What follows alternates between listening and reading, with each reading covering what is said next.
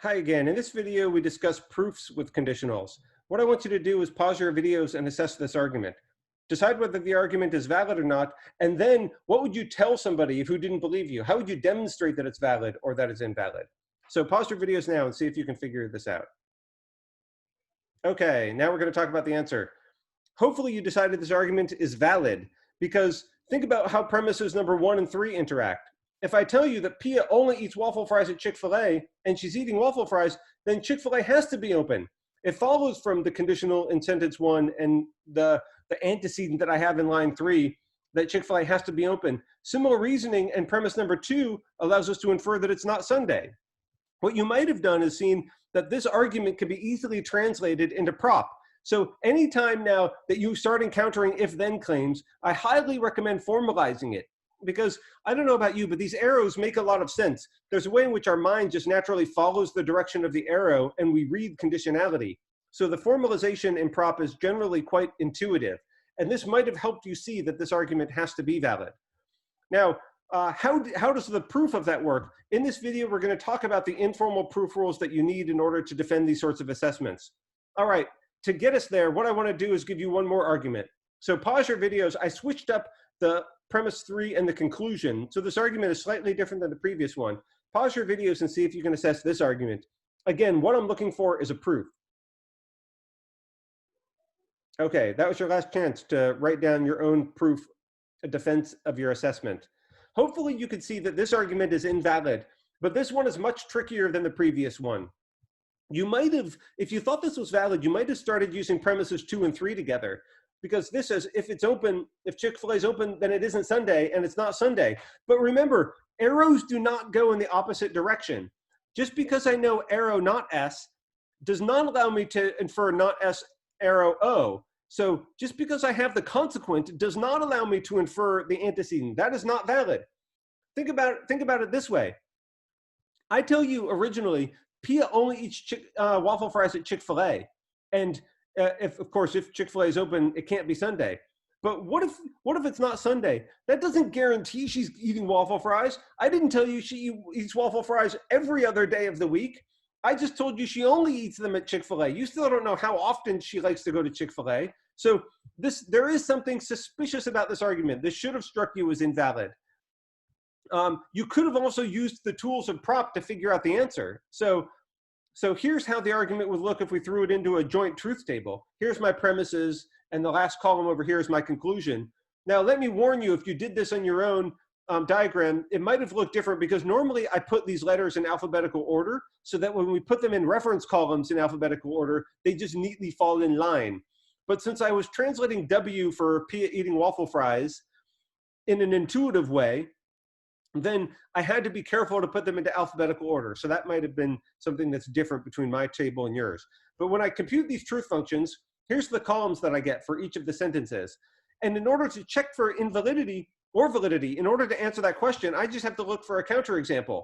So I have to pay attention to all the rows on which all the premises are true. That's just rows 3, 4, and 8. The other rows are irrelevant. They can't possibly matter for validity. Validity only matters when the premises are all true. Now look, on row 3, my conclusion is also true, but look at rows 4 and 8. Here is the problem. So either one of these rows would have been the counterexample that proves that the argument is invalid. All right, now let's talk about these in a more systematic way. When you're reasoning from a conditional, we're going to give a name to this informal form of reasoning. We're going to call it Modus Ponens, or MP for short. It's got this sort of old-fashioned funny Latin name because it's such a famous form of reasoning.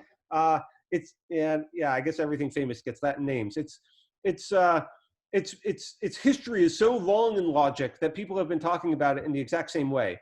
This is how Modus Ponens works. When you have a conditional and you also have the antecedent, you get to infer the consequent. This is just how if-then works. It just should be completely obvious to you that this is a valid form of reasoning. So commit Modus Ponens to memory. You're going to have to learn that name in this class. Let me say that it works the exact same way with the biconditional. So the proof methods for the conditional and the biconditional are not fundamentally different. You just get twice as many proofs possible in the biconditional.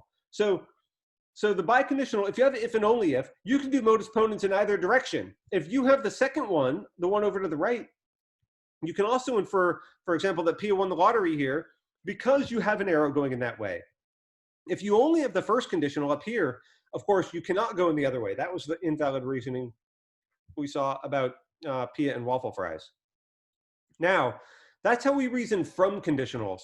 Reasoning to a conditional is a completely different matter. So notice here, my conclusion is an if-then claim. This is different than all the previous examples where we're just talking about premises with if-then claims. So how would I get to a conditional? This also gets a name. We're going to call it conditional proof. And this is intuitive, hopefully, but it's more complicated. How would you prove to somebody that if Pia wins the lottery or won the lottery, then she's happy? Of course, this isn't really true, but it does follow validly from these premises. It's just that the premises are false. This is a valid argument. It's not sound, but it's valid. How would you prove to somebody that this is valid? Well, I don't have to prove that she's happy. That's not what the conclusion says. The conclusion only says if she won the lottery, then she's happy. So what we can do is we can assume that she did win the lottery. Let's temporarily assume that. And then we can show that if she's happy, then the conditionality between those facts does hold.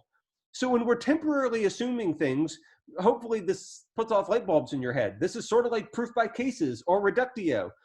We need that subproof method. So this mechanism of making temporary assumptions should already be familiar.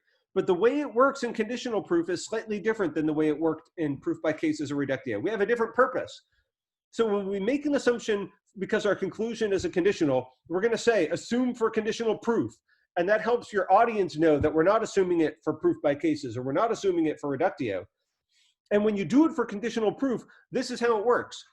The thing that you assume is always exactly what your antecedent is. So there's no mystery in conditional proof. That's why it's a really nice proof method. And your goal when you're doing this is to get your consequent. So if I can assume that, and then I can show that she does have to be happy, then I'm done. Then we can just say, so we know by conditional proof, if so-and-so, then so-and-so. If the thing we assumed holds, then the thing we just proved holds. So that's how conditional proof works.